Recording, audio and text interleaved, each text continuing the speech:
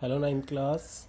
कल हमने मीटिंग में ग्राफ के भाई जो बेसिक क्वेश्चंस थे, ग्राफ की पहचान आइडेंटिटी कैसे करते हैं और ग्राफ से रिलेटेड न्यूमेरिकल हमने कल सॉल्व किए थे। और आपने भी उम्मीद है कि भाई आप असाइनमेंट आपने सॉल्व कर लिया होगा। अगर जो भी असाइनमेंट के रिगार्डिंग दिक्कत होगी वो हम आज शाम की जो मीटिंग क्लास होगी उसमें हम डिस्कस करेंगे।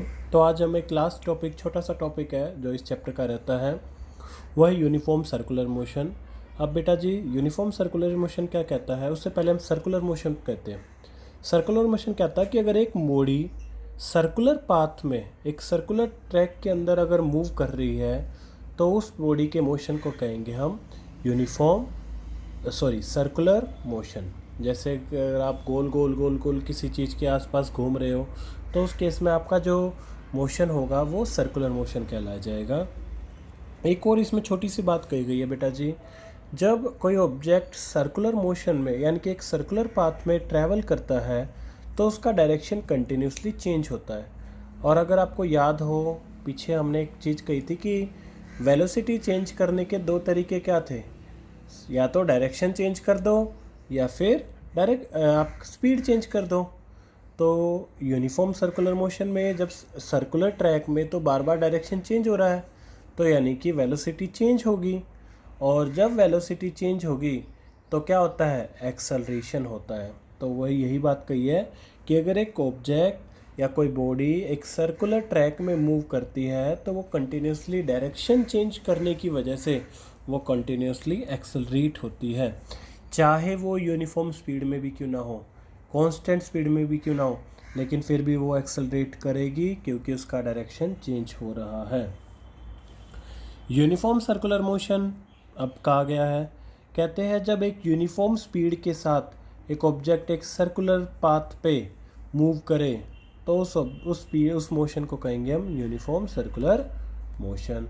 यूनिफॉर्म स्पीड का मतलब है कांस्टेंट स्पीड, एक ही स्पीड से जब हम अगर एक गोल रास्ते पे या भाई चकोर रास्ता है कोई, जैसे आप एथलीट होता है जो रनिंग करता है, वो भी एक तरह से एक सर्कुलर ट्रैक ही माना जाता है। तो उसके आसपास जब वो एक ही स्पीड से उस ट्रैक को कवर करेगा तो उस केस में वो यूनिफॉर्म सर्कुलर मोशन में कहलाया जाएगा।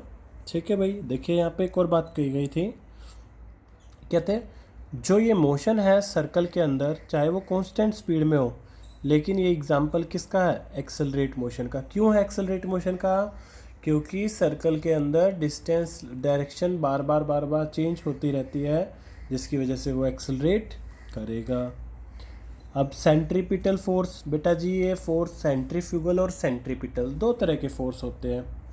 सेंट्रीपिटल फोर्स क्या होता है कि एक ऐसा फोर्स जो किसी ऑब्जेक्ट को भाई एक सर्कुलर पाथ में ट्रैवल करने के लिए ज़रूरी होता है, उस फोर्स को हम कहते हैं सेंट्रीपिटल फोर्स। जैसे आप एग्जांपल लीजिए, आपने एक रस्सी पे एक पत्थर बांधा और आप उसको अपनी उंगली से उस पत्थर को धागे से घुमा रहे हो, तो आप जो एक फोर्स लगा रहे हो वो आप आपकी फिंगर सेंटर से लगा रही है, किसके ऊपर, उस स्टोन के ऊपर, जिसकी वजह से वो कंटिन्यूसली आपके एक सर्कल, एक गोल धारे में घूमता रहता है।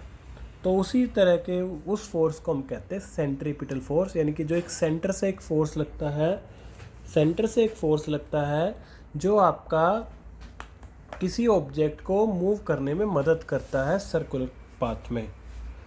अब इसके कुछ एग्जाम्पल है बेटा जी, यूनिफॉर्म सर्कुलर मोशन के एग्जाम्पल पूछ ली जाते हैं 3 से 4। देखो, जो सैटेलाइट होती है, आर्टिफिशियल सैटेलाइट, वो अर्थ के अराउंड घूमती रहती है, रिवॉल्व करती है, तो यूनिफॉर्म सर्कुलर मोशन है। मून भी तो भाई जो आपका सर्कुलर मोशन में, यानी कि मून भी तो भाई अर्थ के अराउंड घूमता ही रहता है, तो वो भी एक एग्जाम्पल है। अर्थ है, अर्थ भी तो भाई किसके अराउंड घूमती है, आपके किसके अराउंड, सन के अराउंड घूमती है, तो ये भी एक एग्जांपल है यूनिफॉर्म सर्कुलर मोशन का। एथलीट या साइकिलिस्ट जब एक सर्कुलर पाथ में घूमता है किसी कंपटीशन में, तो वो भी एक एग्जांपल है।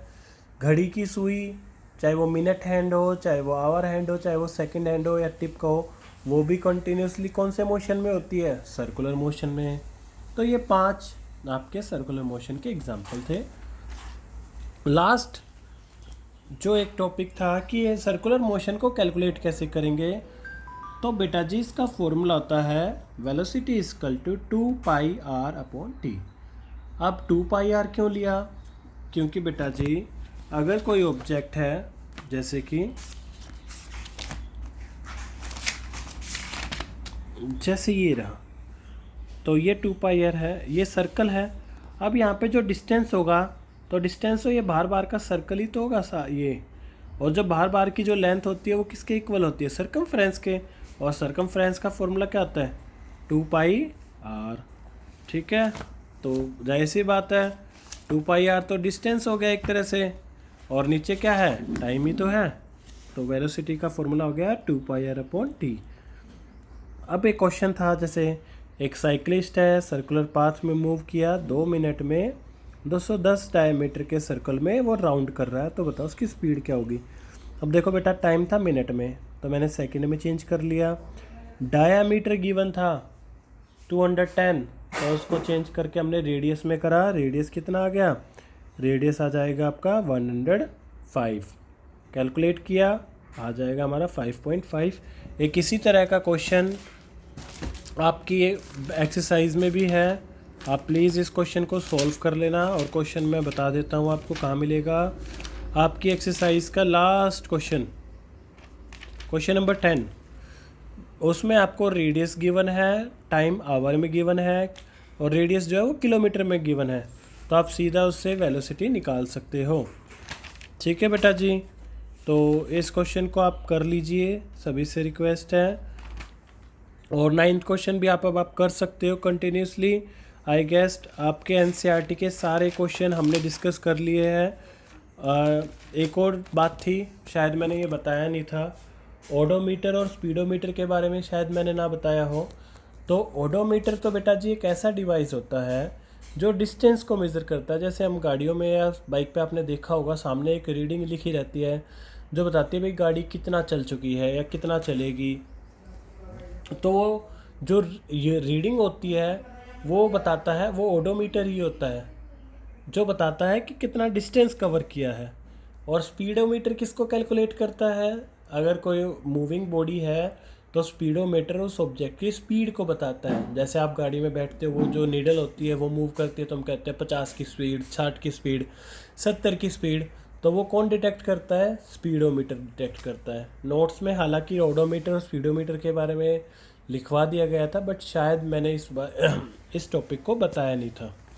तो ओडोमीटर और स्पीडोमीटर था, और ये लास्ट टॉपिक है। अगर किसी बच्चे को अभी भी कोई डाउट है तो अपनी डाउट क्लास में क्लियर कर लेना, क्योंकि अब इसके बाद हम केमिस्ट्री का फर्स्ट चैप्टर स्टार्ट करेंगे।